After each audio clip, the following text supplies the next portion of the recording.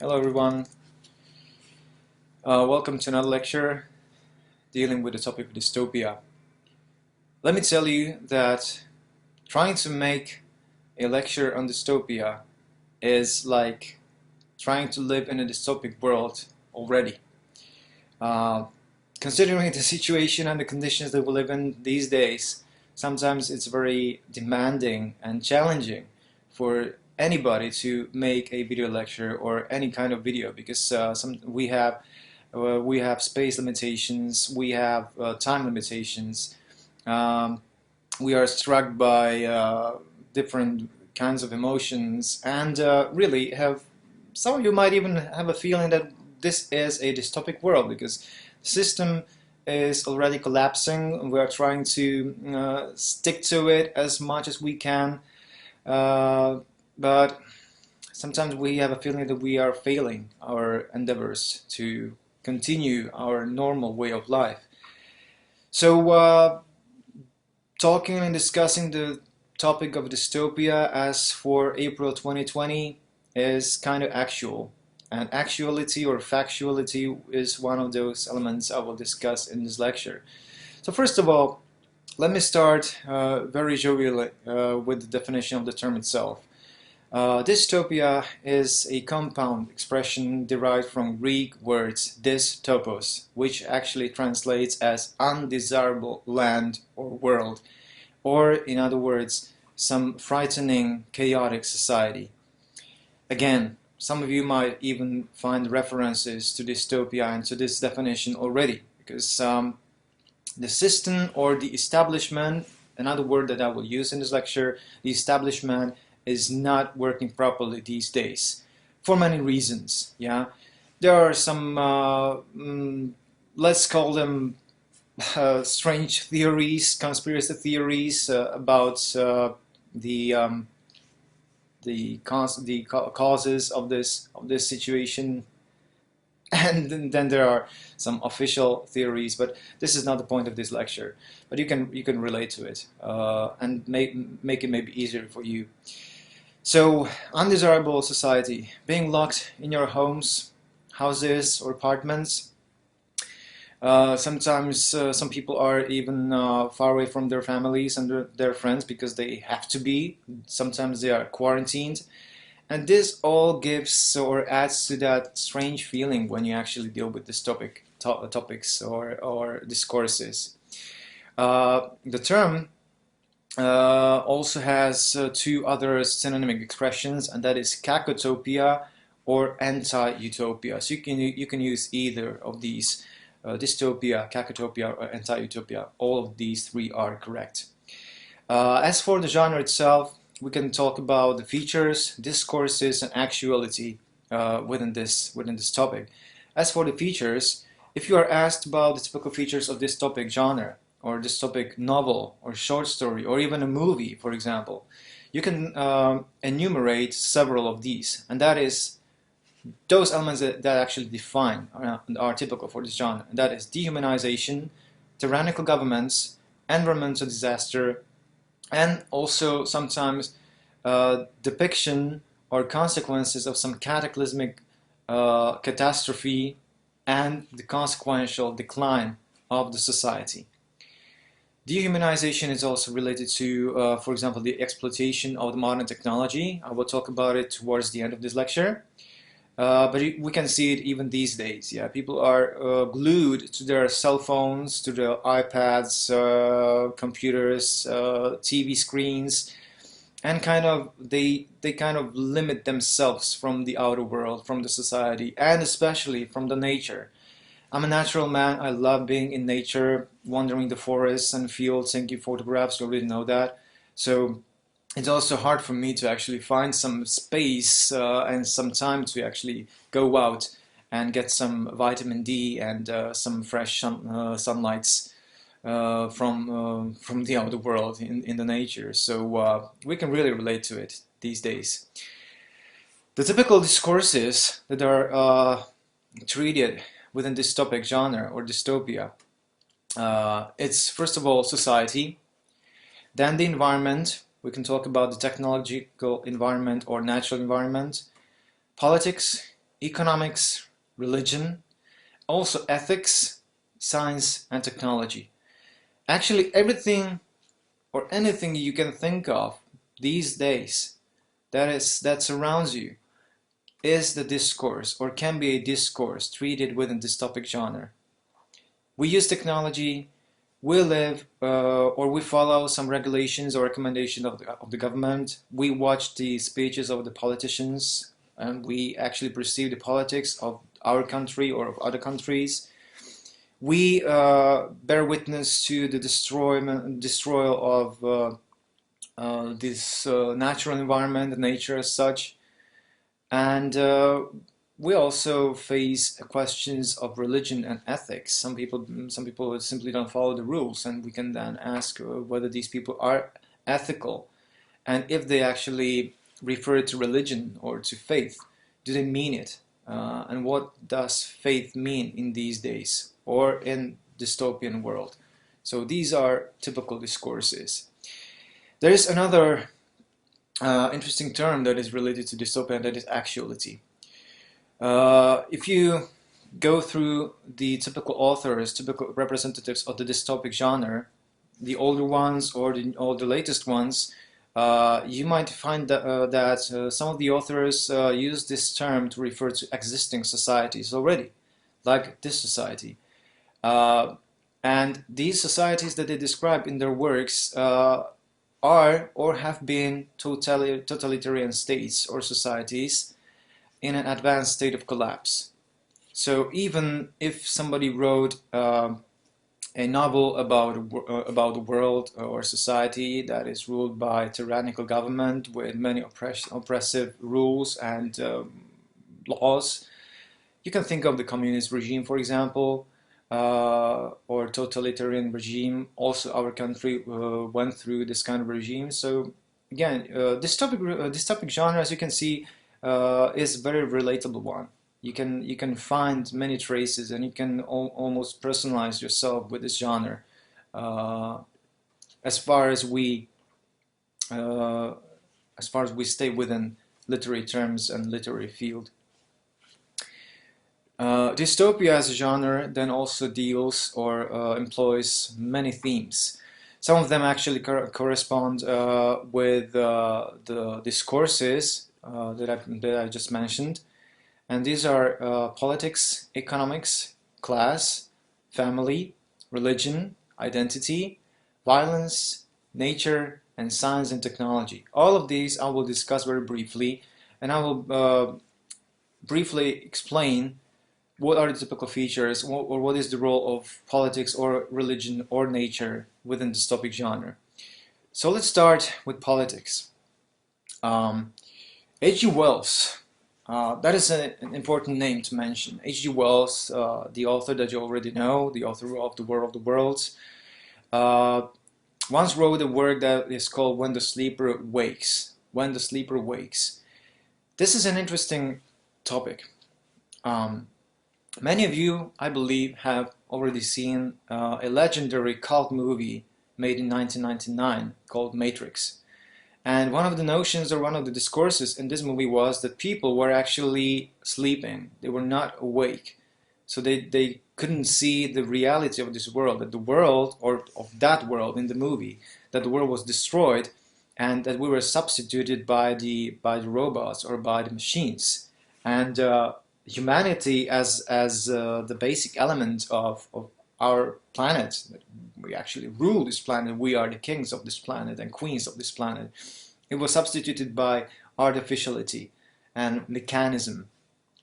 So When the Sleeper Wakes, it's an essay which depicts the governing class, which is defined as hedonistic and shallow.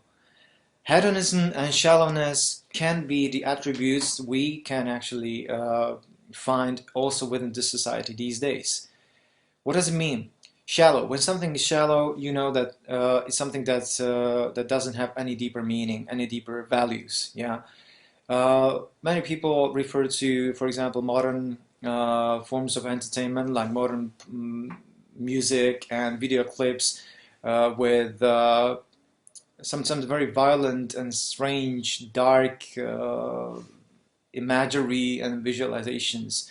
And we can say that sometimes these video clips, their only purpose is actually to entertain. They don't have any deeper meaning, so they are shallow. And at the same time, uh, they depict the hedonistic nature of the society of this world. Hedonism was and sometimes still is a philosophical notion, or let's call it a movement, for example, in which people actually focus on purely on the physical pleasure and simply enjoying life to the full. Um, there were many representatives of hedonistic lifestyle in the past and also these days. I'm not gonna name them. You can find them for yourself. But if somebody is not trying to delve deeper into some, let's say, philosophical, valuable ideas, and if someone just thinks about watching TV and eating hamburgers and maybe living his or her life according to some superstar living in Hollywood, then we can talk about a hedonistic person or personality. So that's another feature of dystopian world. That on the surface level, this world seems to be quite glittering and shiny and attractive for many people, because many people actually dream of living in Hollywood, being a superstar, a film star, having won 2 Oscars, earning millions of dollars, yeah, and living in great luxurious mansions, and not caring much about natural environment, about politics, because I'm fine, you know, me and my family, I'm just fine, you know, so I don't care. So this is what H.G. Wells actually was talking about in that work that is called When the Sleeper Wakes. So this waking up of the sleeping people is an interesting discourse, an interesting idea related to dystopian genre. Also, the society or the government that is described in any or in some dystopian work can have both positive and negative consequences.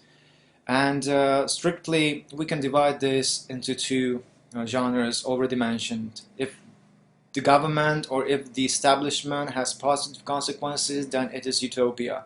If it has negative consequences, it is logically dystopia. And you can choose what this world is like. Do we live in a utopic world or dystopic world? That would be a great topic for discussion. However, we are not able to do it, so at least you can think about it for yourself at home. Okay, as that was for politics, maybe I would like to add one other thing, and that is that if we think about political establishment, political system or government within a dystopic genre, we can think of some pessimistic views demonstrated or maybe projected by this government or by the politicians. The government also within dystopian genre is also brutal, uncaring, and sometimes ruling with a so-called iron fist. So there are strict rules, and if you actually try to avoid these rules, you are considered to be, on one hand, awakened, but at the same time, you are a savage, or you go against the system that works for 90% of the people, and you are considered dangerous. There are some works in which actually people were considered dangerous if they tried to go against the system. Uh, One Work for All, 1984. You know that one? It's a brilliant example of somebody who was trying to wake up, and maybe not only himself but the other people, but it didn't work. And in the end, uh, he had to actually succumb. He actually had to follow the rules, because otherwise he knew that he would die, and he would be tortured by the principles of the government. So as for the examples of such depictions of politics that rule with the iron fist, I can mention, for example, yeah, the 1984, then Aldous Huxley's Brave New World, and the later ones, The Hunger Games, Divergent, and the brilliant work that is called Fahrenheit 451. As for the movies, I recommend you watching a film called Metropolis or Brazil. These are not easy movies to watch, but if you see them, you will actually understand one side or one aspect of dystopian genre, what a dystopian world can be like. And it's not always very pleasant because it's like the term itself refers to it. Frightening society, oppressive society. Another aspect, apart from politics, that is described and featured within dystopian works is economics. Uh, Very simply, within dystopian world, economics often exploit other people. We could talk about so many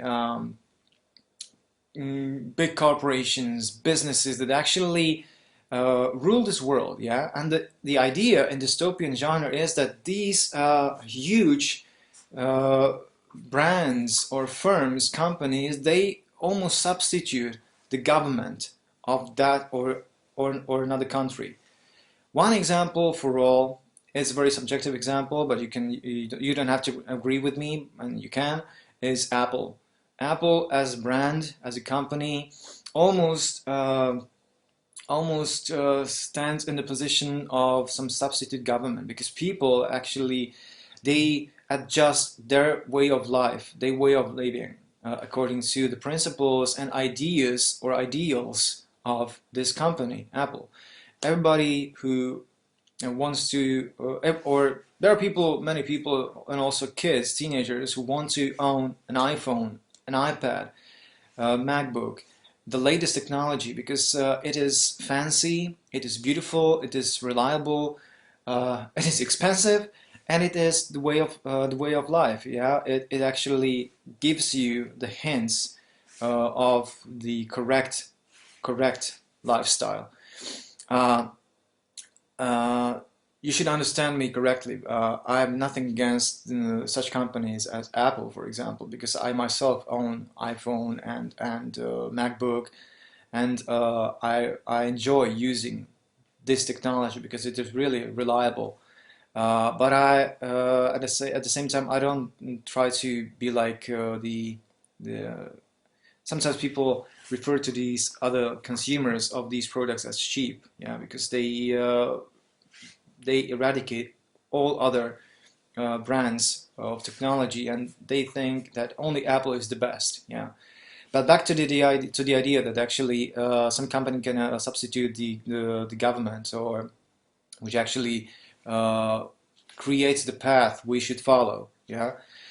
Uh, if we talk about Apple, for example, or any other company, or also about some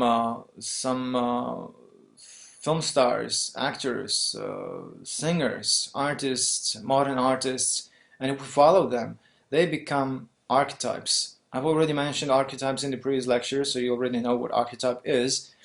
And it is true that these elements of our lives or of the society, they become or have become timeless and spaceless. They are not limited. They reach everything and everyone at any time.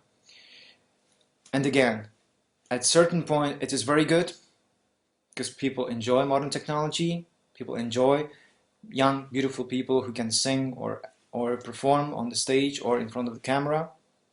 But at the same time, we should know our limitations and we should not only focus on these elements, we should also focus on other elements I will talk about within dystopian genre. So as for economics, the corporations can substitute government sometimes by means of, for example, extensive privatization or corporatism. Uh, I don't want to delve deep and deeper into such theories dealing with capitalism and other stuff because this is not the point of literary lecture. But you can actually relate to it. If we believe that we live in a capitalistic world, especially here in our environment, then yes, the money rules the world, and that's how it works. Yeah, and if you have a lot of money or enough money, everything's fine, and you don't really care. or about the miseries and problems of the other people because you are just fine. And that is, in a certain sense, dystopian. So that's for the economics. Then very important discourse or theme is class. Dystopian fiction, remember, frequently draws harsh, sharp contrasts between the privileges of the ruling class and the dreary existence of the working class.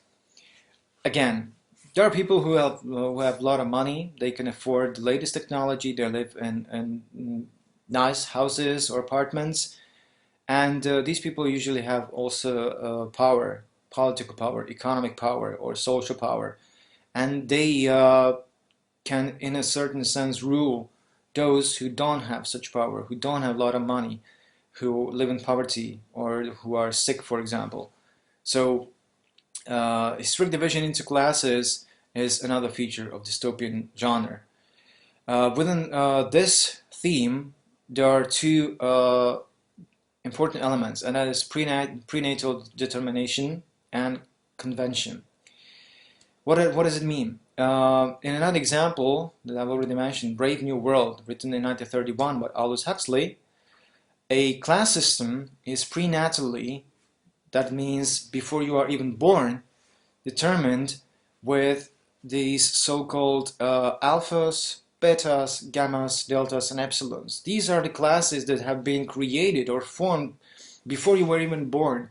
And when you are born, you are automatically born into some class. You are branded, you are given a name, and you don't have any possibility or chance to escape this class because you belong there. Yeah. Uh, uh, it also can be related to determinism, for example. Yeah, when you are born, you are determined to be, for example, yeah, up to the age of 18 or 19 or 20, you are supposed to be uh, a kid, a teenager, then a student for a couple of years, then you find a job if you are lucky, and you work for a couple of years, you try to earn some money or save some money, you find yourself a wife or husband, you have kids, you establish a family, and then you die happily. Yeah, and that's a harsh reality of dystopian world, or also of this world. Yeah, but nothing against these things, of course, because having a family and having enough money and being satisfied and being safe is okay. That's what we all are striving for. But in dystopian world, it's not that easy. Yeah, because if you are uh, determined to be something and you cannot escape it, then if your mind tries to fight it, then that's the real war. That's the internal war of these characters that are depicted in such novels, such as Brave New World. Then convention. Convention means that if you also in this work, Brave New World, there are several human settlements that exist outside this classification, this division into classes. They exist in a conventional way, and the system or the establishment that creates these classes considers these people who live conventionally as savages. So to explain it, it means that even these days, if there is someone who doesn't follow the latest trends, who, for example, instead of sitting in the bar, drinking beer, maybe getting drunk, or God forbid, doing drugs and stuff, committing crime, being vulgar, following the latest musical and artistic trends, if there is someone who doesn't do it, if there is someone who rather spends time in the nature, listening to the birds and observing how the world is changing, maybe writing poetry or painting or taking photographs or whatever. I'm not talking about myself, of course, but I like spending time in nature. But I also like going to the cafe and having chat with my friends and stuff. But there are some people who actually they reject this modern way of living, and they're almost like transcendentalists in America or the old romantics. They are not satisfied with the future modern development of the world. And within dystopian genre, these people would be considered to be savage, although they live a conventional way of living. They try to establish and not only establish but also maintain the relationship with the nature. And within dystopian world, where there is a harsh division into classes and styles and rules and everything, these people would be considered crazy. Why do you go to the forest? Why don't you meet your friends in a cafe or in a restaurant? Or why don't you go to the disco? You are crazy, you are savage. And but when you go deeper, you begin to understand that this is actually pretty normal. Yeah, this is the way people used to live even 50 years back. Yeah, but these days it is considered strange because many people live in the cities, towns, and they follow the latest trends. So being conventional means being savage within dystopian genre, and in many works you are determined, predetermined to be someone or something. Uh, Thinking of or speaking of spending time with your friends or within the society, there is another theme that is kind of corrupted or converted into something else within dystopian genre. That is family. Even these days, there are trends uh, which tend to claim that traditional family, consisting of a father, mother, and one child or two children, maybe three children, is not modern anymore. It is not normal anymore. It is not suitable or conventional anymore. Yeah, we are facing new trends of creating families that consist of two fathers or two mothers, uh, and we might have a feeling that, or some people might feel that this is actually forced into our minds. It is something that is not natural, and we should not follow these recommendations or these trends. On the other hand, there are people who think that this is a modern world. This is the way we live.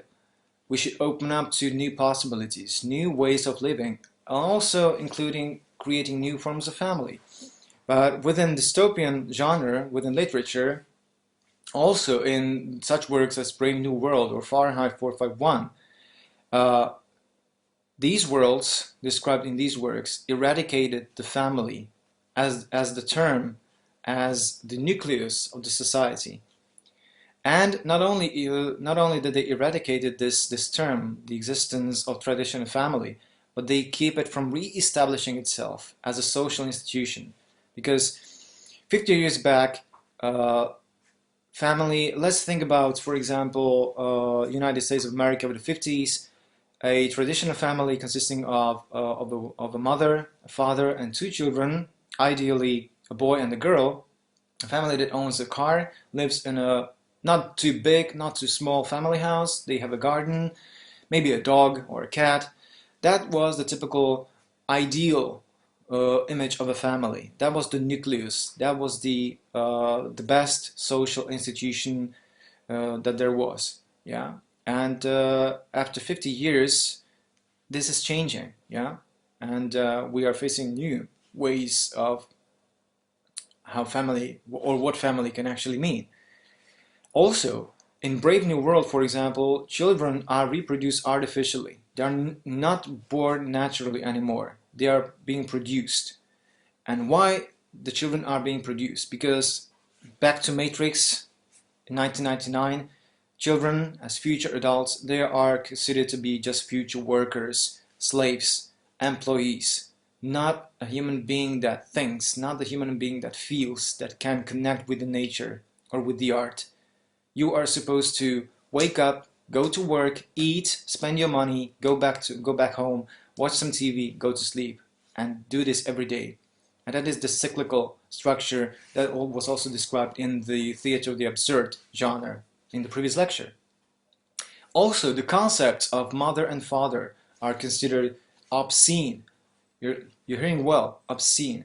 Even these days, I'm not really sure. I don't want to delve into politics too much again, but I don't know in which country it was. Maybe it was Italy or France. I'm not sure. But I think there were some trends or some claims that the terms mother and father were considered really obscene and kind of against the modern trends.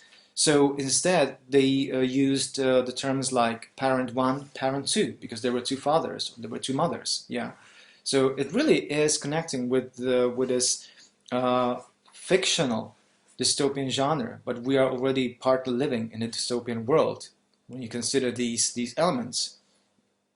Also, in some works belonging to the dystopian genre, the state as such or the establishment is hostile to motherhood. Yeah, children don't play the role of typical kids or offsprings who are supposed to play. They are supposed to grow up.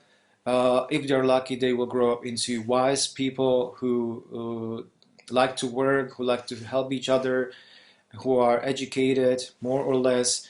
But in dystopian worlds, children often, for example, spy on their parents. They fight their parents. Yeah, this is brilliantly described in another work, dystopian work that is called We, and it was written by Evgeny Zamyatin. Uh, in this work, for example, the escape of a pregnant woman who is trying to escape that set establishment. This is considered to be a form of a revolt. As for some example from the movies, I recommend you watching Children of Men. That is a brilliant example. It describes a world where in which children are not born anymore, and people are on the edge of extinction. And there is one woman who becomes pregnant, and she's considered to be very precious, at the same time very dangerous, and she tries to escape. So that actually, I'm not really sure, but maybe it was at least partly inspired by the work We by Yevgeny Zamyatin. So family, the role of children, the role of parents is completely corrupted and turned on its head within dystopian world. In utopian world, on the other hand, just to make some comparison, we would have this typical nucleus of a family: mother, father, two children, everything would be fine. We would, in utopian world, we would help each other. We would be or create a huge community of uh, people willing to help each other, people who are kind-hearted and who have a very deep connection to the art, for example. But that's utopia, that's not dystopia. Another theme, for many people, very, very sensitive theme is religion. So I'm not going to discuss religion or the questions of personal faith, of course, in this lecture. That's not the point. Only to briefly describe or explain the role of religion within the dystopian genre. That is that religion or religious groups in the works of dystopian genre play the role of either the oppressed or the oppressors, sometimes at the same time. For example, in that work, Brave New World, the establishment of the state included lopping off the tops of all the crosses, the symbols of Christianity. And by actually cutting off the tops of all the crosses, they made the crosses into the symbols of T. And these T's, the letters T, were symbols of Henry Ford's Model T, the car. Yeah. So even these days, there are some theories that, for example, the beaten apple is the symbol of evil, of something sinister, because when we relate to the Bible and the first sin, Eve actually ate from the tree of knowledge by gnawing into the apple, and that led to the first sin, and that led to their to their to the end of their paradise life. So that's maybe some kind of modern or allusion in the 21st century, but that's just a theory. Of course, uh, we can find some relations to it. So in this work, it was the letter T. In our world, it could be, for example, the bitten apple. Okay. So religion, like I said, I don't want to delve deeper into this because that is a very sensitive topic. I myself, I'm a believer, and uh, maybe that was one of the reasons, one of the main reasons why these works were often considered to be very controversial, because they posed uh, religion or religious groups as something threatening or being threatened. And whether we actually observe something like this in the waking world, in this modern world, real world, that's the question upon you. I'm not gonna pose you any or recommend you any claims, because it's a very sensitive topic. Um, so religion can sometimes also work as some oppressive regime or some oppressive theory, or it can actually offer some oppressive theories to the people. Uh, and at the same time they can or it can offer some hideaway, yeah, for the people, some place where you can hide and where you can actually feel safe and content. uh, then there is violence, and that is a theme or a discourse that is prevalent in many dystopic words, uh, many dystopias, if you will.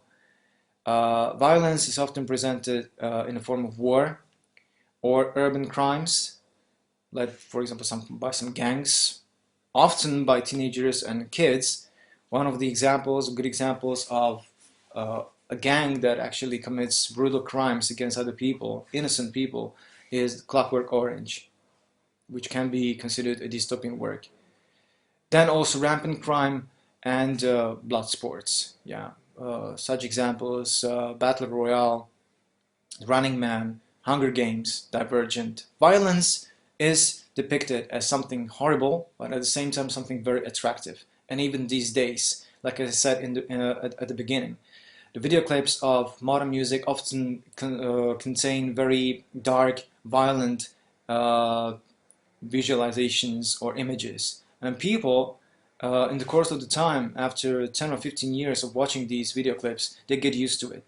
They don't find it rude or offensive anymore. They find it, or they consider it to be a natural part of our life and also of art.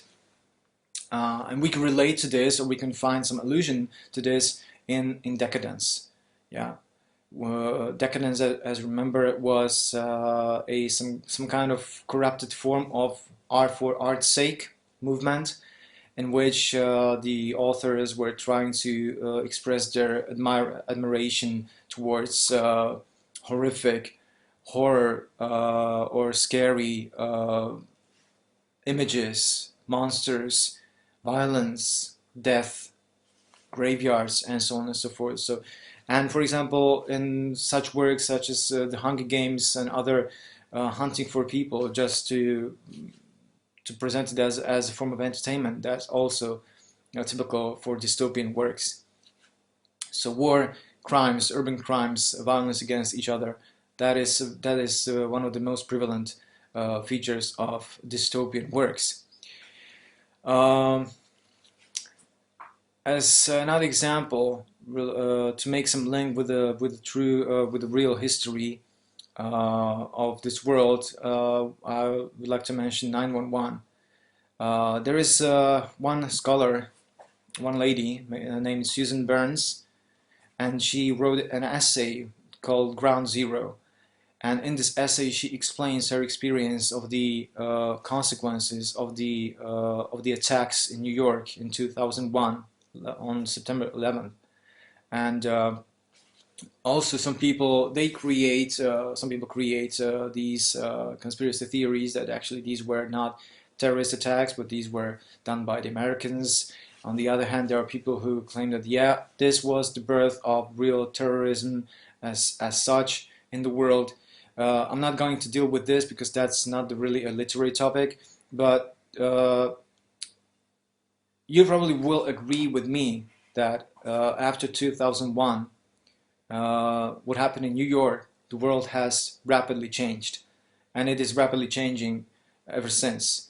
So dystopian works often actually derive from some cataclysmic event, from some very serious event that changed the course of the events, changed the course of the development of the world, of the society, or of the establishment, or that actually inspired the world to create a new establishment.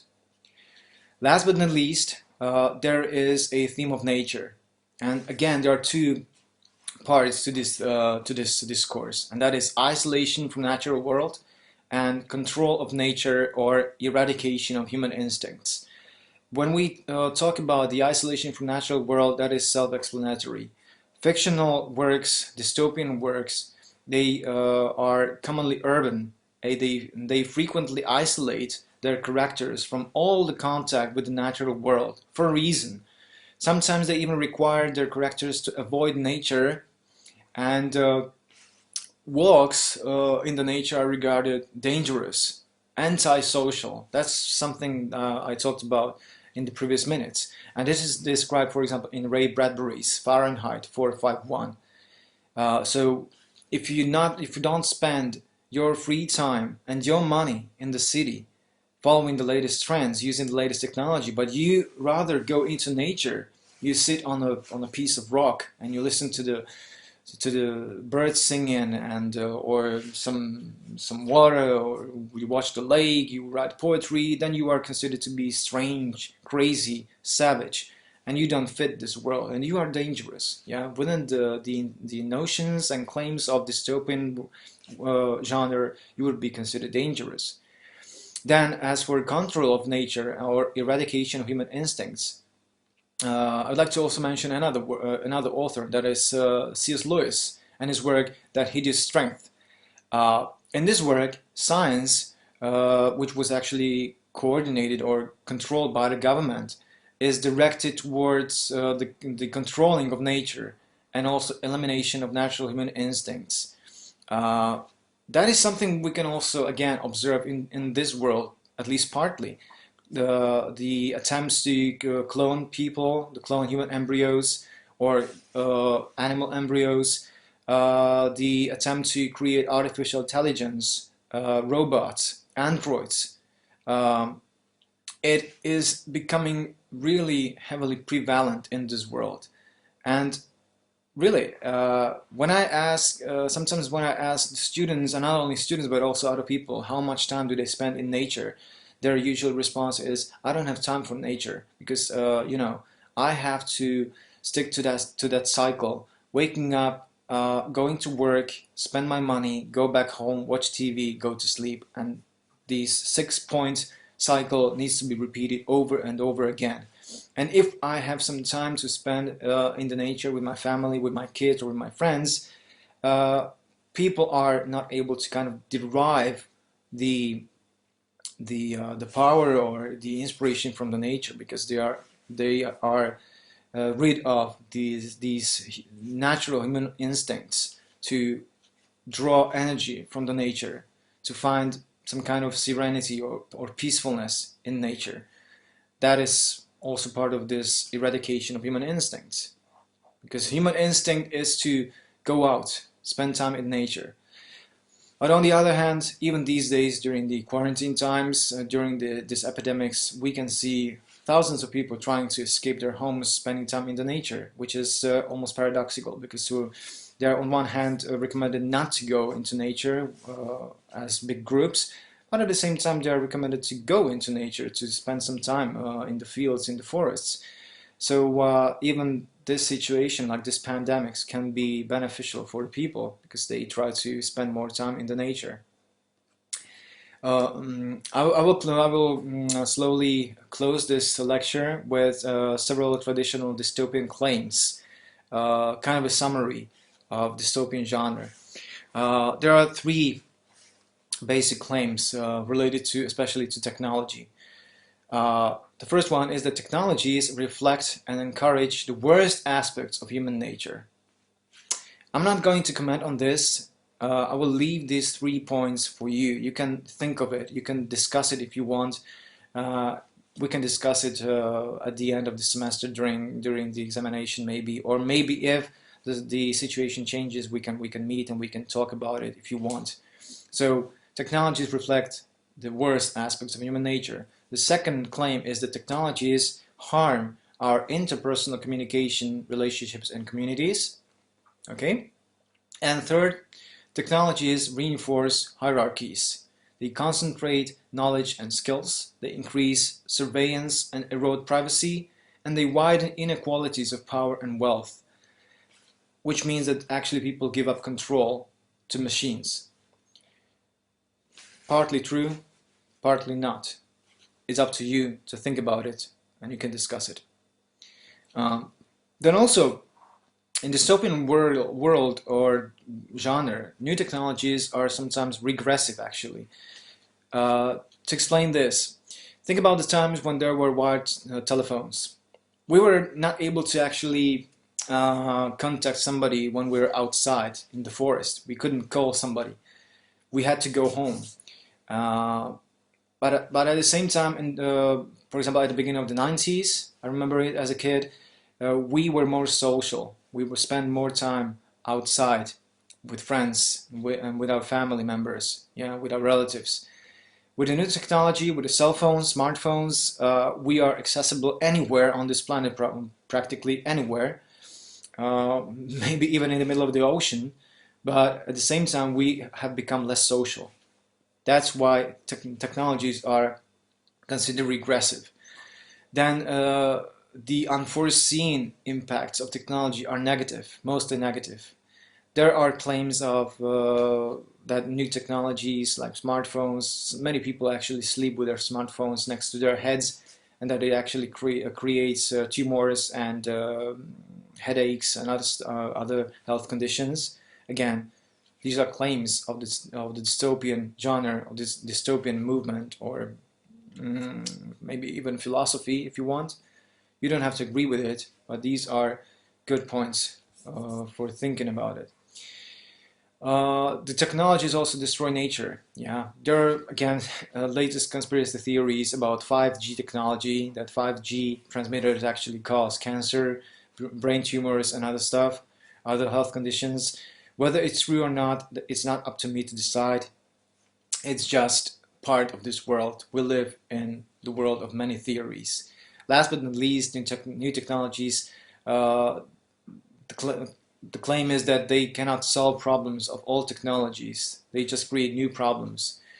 Going back to the wired telephones, new telephones and new technology of new smartphones, which have huge memories, and they actually small computers. Everybody uses them. They were supposed to eradicate some problem. Yeah, eradicate the problem of not being connected all the time, not being accessible. But at the same time, it caused us to disconnect from each other. I believe that you've already seen some people, young people, sitting in a cafe or in a restaurant. They sit in front of each other and they don't talk to each other. They chat with each other, or they text or they message each other.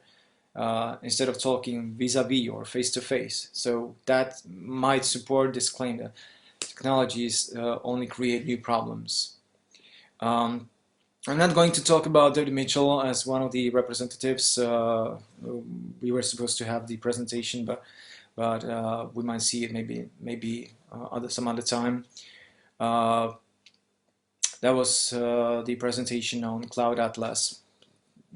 But I only recommend you to watch the movie. It's a very good movie, but you probably need to watch it at least 2 or 3 times, at least, to understand it completely. So David Mitchell is the central representative, and try to find or define all those elements and features that I talked about in this lecture in Cloud Atlas. If you do so, you are actually ready to answer my possible questions about dystopia if we have some form of personal, maybe online oral examination at the end of the semester. Okay, so that was Dystopia. Thank you very much. Next time I'd like to talk about science fiction. So in a week's time I will provide you with another lecture. If you like this another lecture, or this lecture on dystopia, I'll provide you with another one. So thank you very much for your attention, and like I said also in the previous one, stay safe, go into the nature, and stick to the basic principles of humanity and sound reason, and everything's going to be okay. Thank you very much, and see you next time.